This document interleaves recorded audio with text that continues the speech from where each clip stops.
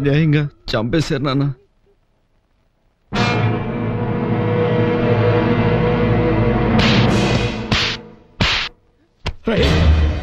అమ్మాయిని ఎవరు చంపలేదురా, నువ్వే చంపావు. నీ వల్లే చనిపోయింది. నీ బదులు ఏ కుంటివాణ్ణో ప్రేమించుంటే పాప ఈ అమాయకురాలు నిండు 100 ఏళ్ళు బ్రతికుండేదిరా. నిన్ను ప్రేమించిన నేరానికి ఈ అమాయకురాలు బలైపోయింది. ఆ అమ్మాయికి బదులు నువ్వు చచ్చిపోయింటే సంతోషంగా పారేసుండేవాళ్ళవరా. మాకసలు కొరికే పుట్టలేదు అనుకునేవాళ్ళం.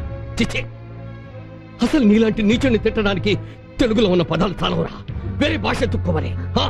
నీలాంటి దౌర్భాగ్యుడికి తల్లినయ్యే కర్మ పడుతుందనే విషయం ముందే తెలుసుంటే నేనసలు ఈ ఆడ జన్మే ఎత్తుండేదాన్ని కాదురా. అయినా కన్న పాపానికి నీ కాళ్ళు పట్టుకుని బతిలాడుతున్నాను. వెళ్ళిపో, నీ ఇష్టం వచ్చినట్టు బతుకో. ఎలాగైనా బతుకో. రౌడీ అవుతావో, గుండా అవుతావో, లేకపోతే కొరి అవుతావో, నీ ఇష్టం. నీకు సామాజిక స్పృహ చాలా ఎక్కువ కదా. ఆ స్పృహతోనే అదిగో ఆ శిరీష్ చంపిన అంకనీడి వాడిని చంపుతావో, లేకపోతే నువ్వే చచ్చిపోతావో. వెళ్ళిపో. కానీ మా జీవితాల్లోకి మాత్రం రా. మాకు నీకు దండం పెడతాను. నిన్ను కొడుగ్గా కన్న పాపానికి మాకొక్క వరం ఎవరా. ఇక ఈ జన్మలో ఎప్పుడు నీ ముఖం మాకు చూపించదు.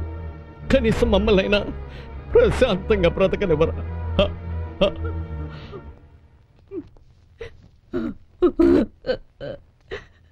Today with the death of Sirisha, one more death has happened. That is yours.